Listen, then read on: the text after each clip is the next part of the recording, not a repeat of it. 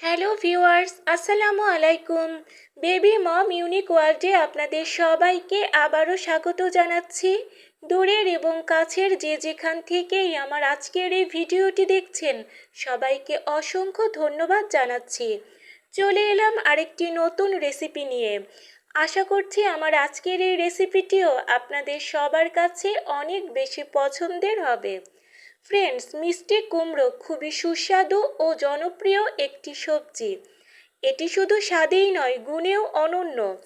আমাদের অনেকেরই ধারণা মিষ্টি কুমড়ো তেলে ভেজে রান্না করলে এর পুষ্টিগুণ নষ্ট হয়ে যায়, কিন্তু এই ধারণাটি সম্পূর্ণই ভুল। কুমড়ো ভাজলে তেলের সংস্পর্শে এলেই এর মধ্যে থাকা বিটা ক্যারোটিন ভিটামিন এতে পরিণত হয়, আর এই ভিটামিন এ আমাদের দৃষ্টিশক্তি ভালো রাখতে সাহায্য করে এবং রাতকানা রোগ প্রতিরোধ করে। ফ্রেন্ডস, আজ আমি আপনাদের সামনে মিষ্টি কুমড়োর চাকভাজির একটি রেসিপি নিয়ে এসেছি। মিষ্টি কুমড়োর চাকভাজি করার জন্য আমি হাফ ইঞ্চি পরিমাণ মোটা করে কুমড়োগুলোকে চাকচাক করে কেটে নিয়েছি।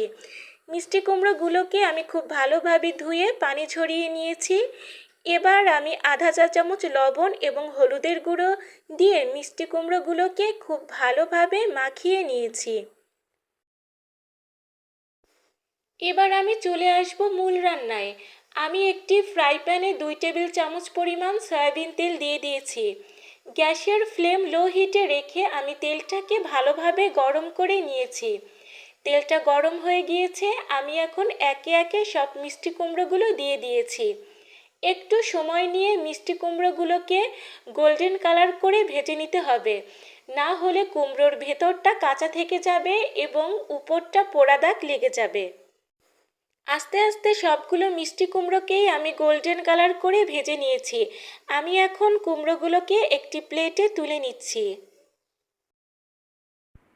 ফ্রেন্ডস, এবার আমি একটি কড়াইতে পরিমাণ মতো সয়াবিন তেল ও পেঁয়াজ কুচি দিয়ে দিয়েছি।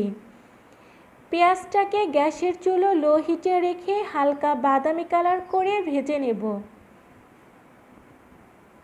পেঁয়াজটা হালকা বাদামি কালার হয়ে এসেছে। এবার আমি সামান্য একটু আদা রসুন বাটা এবং সামান্য একটু কাঁচা জিরা বাটা দিয়ে দেব। প্রায় 20 সেকেন্ডের মতো আমি লো হিটে মশলাটাকে ভেজে নিয়েছি। এবার আমি সামান্য একটু পানি দিয়ে দিয়েছি। এবার আমি আধা চা চামচ লবণ এবং আধা চা চামচ হলুদ ও মরিচের গুঁড়ো দিয়ে দিয়েছি। খুব সুন্দরভাবে মশলাটাকে নেড়েচেড়ে মিশিয়ে নিতে হবে।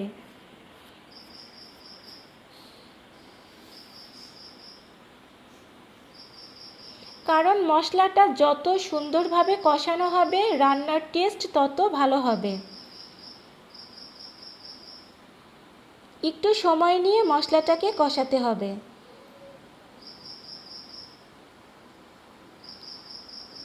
আমার মশলাটা কষানো প্রায় হয়ে এসেছে। আমি এখন সামান্য একটু পানি দিয়ে দেব।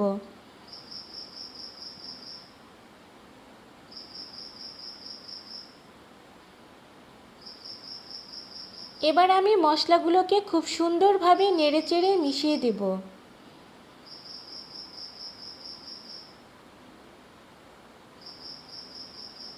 ভেজে রাখা মিষ্টি কুমড়োগুলোকে এখন আমি একে একে দিয়ে দেব।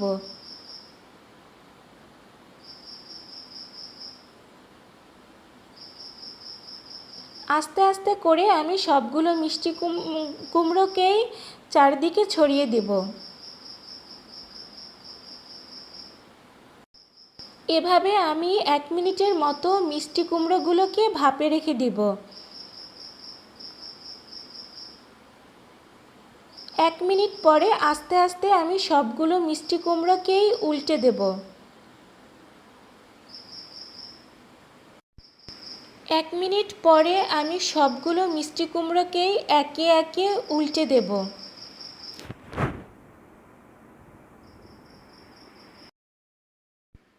এবার আমি মিষ্টি কুমড়োগুলোকে আরও 1 থেকে 1.5 মিনিটের মতো ভাপে রেখে দেব। দেখুন ফ্রেন্ডস, কুমড়ো থেকে অনেকটাই তেল বের হয়ে আসছে। এবার আমি চায়ের কাপের 1 কাপ পরিমাণ পানি দিয়ে দিয়েছি। ফ্রেন্ডস, এখন আমি দুটো কাঁচামরিচ দিয়ে দিয়েছি এবং 2 চা চামচ চিনি দিয়ে দিয়েছি। চিনি দিলে কুমড়োর স্বাদ আরও অনেক গুণ বেড়ে যায়। আপনারা যদি চিনি দিতে না চান সেক্ষেত্রে স্কিপ করতে পারেন। এখন আমি আর ঢাকনা দিব না, গ্যাসের ফ্লেম লো হিটে রেখে 3 থেকে 4 মিনিটের মতো কুমড়োগুলোকে রান্না করে নিব। ফিরে এলাম 4 মিনিট পর। দেখুন মশলাটা প্রায় কুমড়োর গায়ে গায়ে হয়ে এসেছে।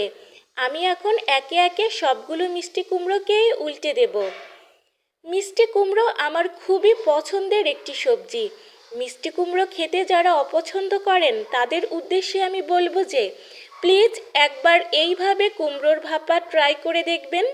আমার বিশ্বাস আপনিও এর ফ্যান হয়ে যাবেন।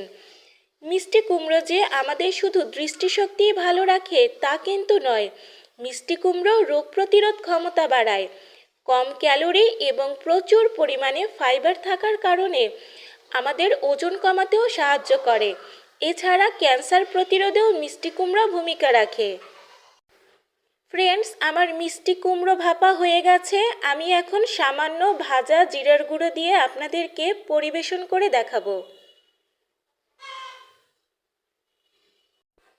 ফ্রেন্ডস, দেখতেই পাচ্ছেন আমার কুমড়োর ভাপার রেসিপিটা কতটা আকর্ষণীয় ও লোভনীয় হয়েছে।